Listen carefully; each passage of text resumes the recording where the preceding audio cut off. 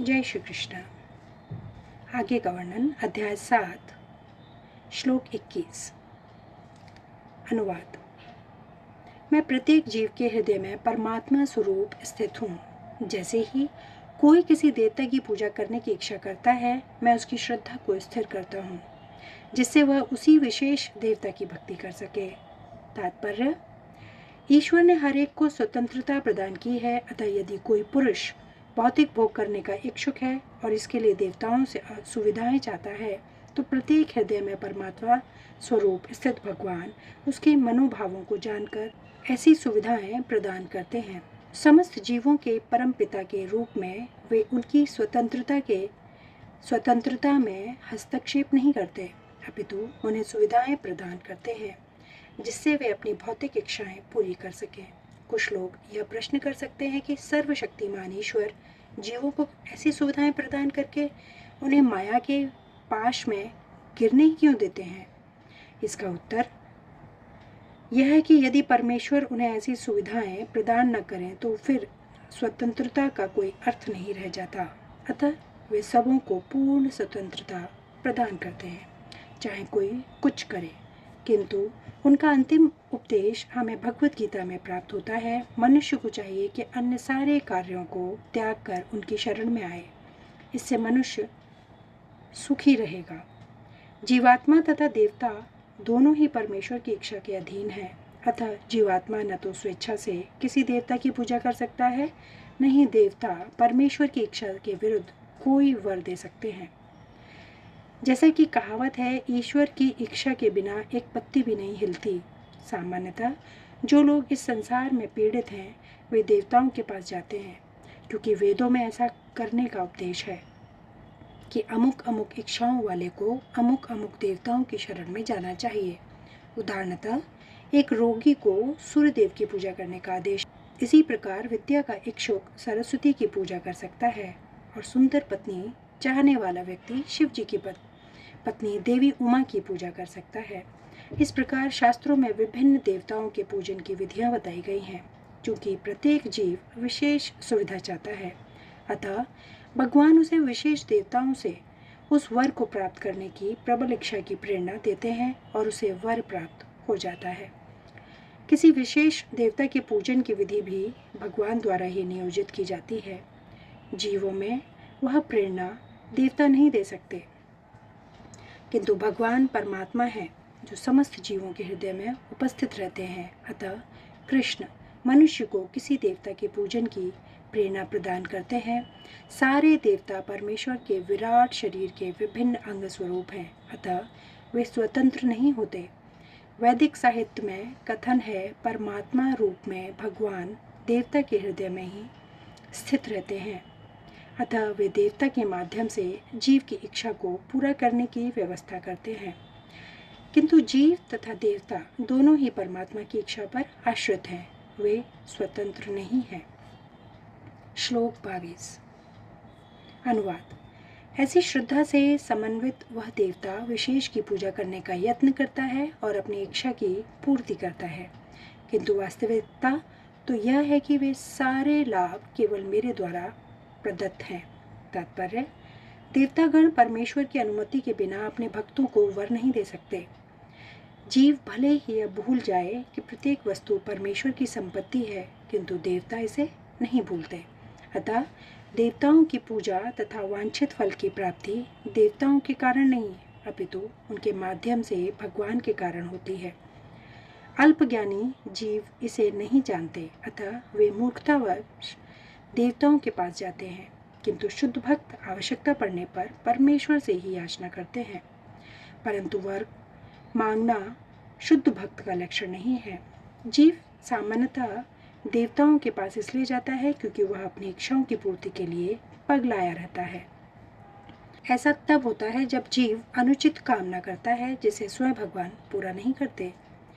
चैतन्य चरितामृत में कहा गया है कि जो व्यक्ति परमेश्वर की पूजा के साथ भौतिक भोग की कामना करता है, वह परस्पर विरोधी इच्छाओं वाला होता है। परमेश्वर की भक्ति तथा देवताओं की पूजा समान स्तर पर नहीं हो सकती, क्योंकि देवताओं की पूजा भौतिक है और परमेश्वर की भक्ति नितांत आध्यात्मिक है।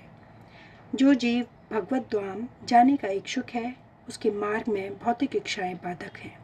अतः भगवान के शुद्ध भक्त को वे भौतिक लाभ नहीं प्रदान किए जाते जिनकी कामना अल्पज्ञ जीव करते रहते हैं, जिसके कारण वे परमेश्वर की भक्ति न करके देवताओं की पूजा में लगे रहते हैं।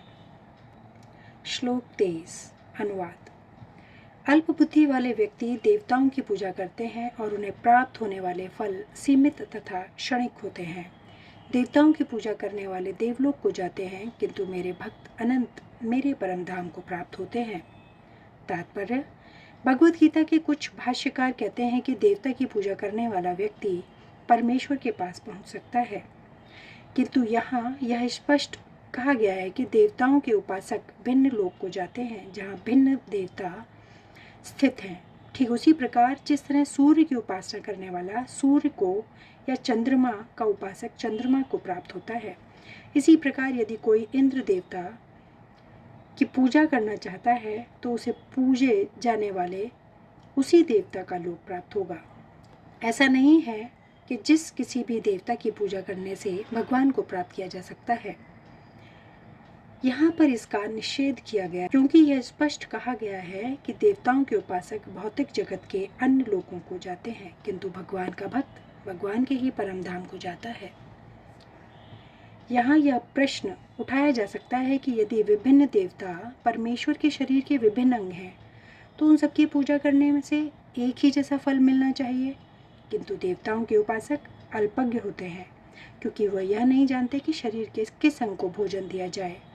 उनमें से कुछ इतने मूर्ख होते हैं कि वह यह दावा करते हैं कि अंग अनेक हैं, अतः भोजन देने के ढंग अनेक हैं, किंतु यह बहुत उचित नहीं है। क्या कोई कानों या आँखों से शरीर को भोजन पहुंचा सकता है? वे यह नहीं जानते ये देवता भगवान के विराट शरीर के विभिन्न अंग हैं और वे अपने अज्ञानवश यह विश्वास कर बैठते हैं कि प्रत्येक देवता पृथक ईश्वर है तथा परमेश्वर का प्रतियोगी है। न केवल सारे देवता अपितु सामान्य जीव भी परमेश्वर के अंश हैं। श्रीमद् भागवत में कहा गया है कि ब्राह्मण परमेश्वर के सिर हैं, क्षत्रिय उनकी बाहें, वैश्य उनकी कटी तथा शूद्र उनके पांव हैं और इन सब के अलग अलग कार्य हैं। यदि कोई देवताओं को तथा अपने आप को परमेश्वर का अंश मानता है तो उसका ज्ञान पूर्ण है, किंतु यदि वह इसे नहीं समझता तो उसे भिन्न लोकों की प्राप्ति होती है जहाँ देवतागण निवास करते हैं। यह वह गंतव्य नहीं है जहाँ भक्तगण जाते हैं। देवताओं से प्राप्त वर नाशवान होते हैं क्योंकि इस भौतिक जगत के भीतर सारे लोग, सारे देवता तथा उनके सारे उपासक नाशवान हैं। अतः इस श्लोक में स्पष्ट कहा गया है कि ऐसे देवताओं की उपासना से प्राप्त होने वाले सारे फल नाशवान होते हैं।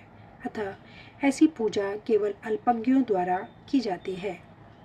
चूँकि परमेश्वर की भक्ति के कृष्ण भावनामृत में संलग्न व्यक्ति ज्ञान से पूर्ण दिव्य आनंदमय लोक की प्राप्ति करता है, अतः उसकी तथा देवताओं के सामान्य उपासक की उपलब्धियां पृथक पृथक होती हैं। परमेश्वर असीम है, उनका अनुग्रह अनंत है, उनकी दया भी अनंत है, अतः परमेश्वर की अपने शुद्ध भक्तों पर कृपा भी असीम होती है। श्लोक 24 अनुवाद। बुद्धिहीन मनुष्य मुझको ठीक से न जानने के कारण सोचते हैं कि मैं भगवान कृष्ण पहले निराकार था और अब मैंने इस स्वरूप को धारण किया है। वे अपने अल्प ज्ञान के कारण मेरी अविनाशी तथा सर्वोच्च प्रकृति को नहीं जान पाते। तात्पर्य: देवताओं के उपासक को अल्पज्ञ कहा जा चुका है और इस श्लोक के निर्विशेषवादियों को भी अल्पज्ञ कहा गया है।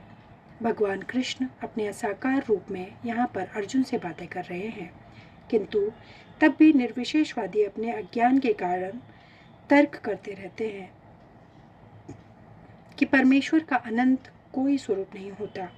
श्री रामानुजाचार्य की परंपरा के महान भगवत भक्त यमुनाचार्य ने इस संबंध में 2 अत्यंत उपयुक्त श्लोक कहे हैं। हे प्रभु, व्यासदेव तथा नारद जैसे भक्त आपको भगवान रूप में जानते हैं।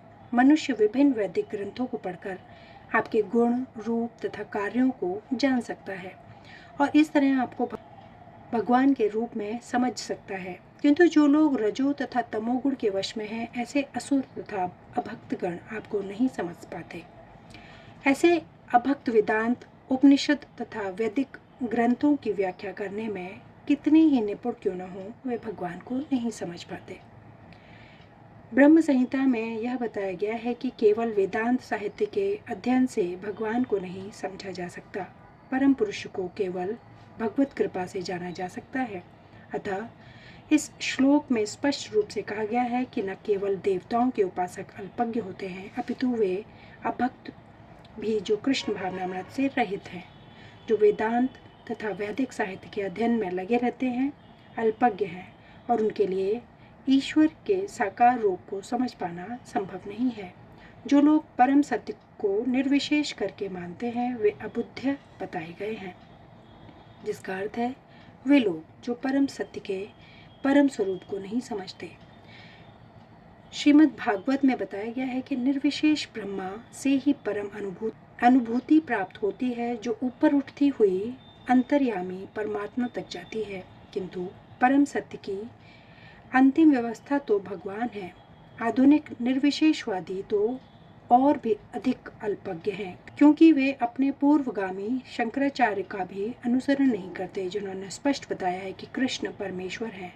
अतः निर्विशेषवादी परम सत्य को न जानने के कारण सोचते हैं कि कृष्ण देवकी तथा वासुदेव के पुत्र हैं, या कि राजकुमार हैं, या कि शक्तिमान जीवात्मा हैं। भगवत गीता में भी इसकी भर्त्सना की गई है।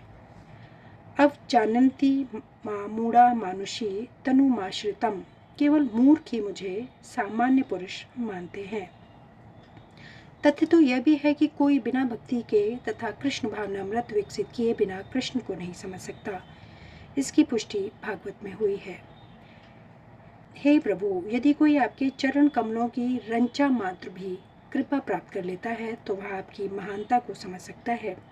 किंतु जो लोग भगवान को समझने के लिए मानसिक कल्पना करते हैं, वे वेदों का वर्षों तक अध्ययन करके भी नहीं समझ पाते। कोई न तो मनोधर्म द्वारा, न ही वैदिक साहित्यों की व्याख्या द्वारा भगवान कृष्ण का या उनके रूप को समझ सकता है। भक्ति के द्वारा ही उन्हें समझा जा सकता है। जब मनुष्य हरे कृष्ण कृष्ण कृष्ण हरे हरे, हरे राम राम राम हरे हरे इस महानतम जाप से प्राप्त करके कृष्ण भावनामृत में पूर्णतः तन्मय हो जाता है, तभी वह भगवान को समझ सकता है। अभक्त निर्विशेषवादी मानते हैं कि भगवान कृष्ण का शरीर इसी भौतिक प्रकृति का बना है और उनके कार्य, उनका रूप इत्यादि सभी माया है। ये निर्विशेषवादी मायावादी कहलाते हैं। ये परम सत्य को नहीं जानते। 20वें श्लोक में स्पष्ट है, जो लोग कामेक्षाओं से अंधे हैं, वे अन्य देवताओं की शरण में जाते हैं। यह स्वीकार किया गया है कि भगवान के अतिरिक्त अन्य देवता भी हैं, जिनके अपने अपने लोक हैं और भगवान का भी अपना लोक है। जैसा कि 23वें श्लोक में कहा गया है, देवताओं के उपासक उनके लोकों को जाते हैं और जो कृष्ण के भक्त हैं, वे कृष्ण लोक को जाते हैं। यद्यपि यह स्पष्ट कहा गया है, किंतु तो भी मूर्ख मायावादी यह मानते हैं कि भगवान निर्विशेष हैं और ये विभिन्न रूप उन पर ऊपर से थोपे गए हैं। क्या गीता के अध्ययन से ऐसा प्रतीत होता है कि देवता तथा उनके धाम निर्विशेष हैं?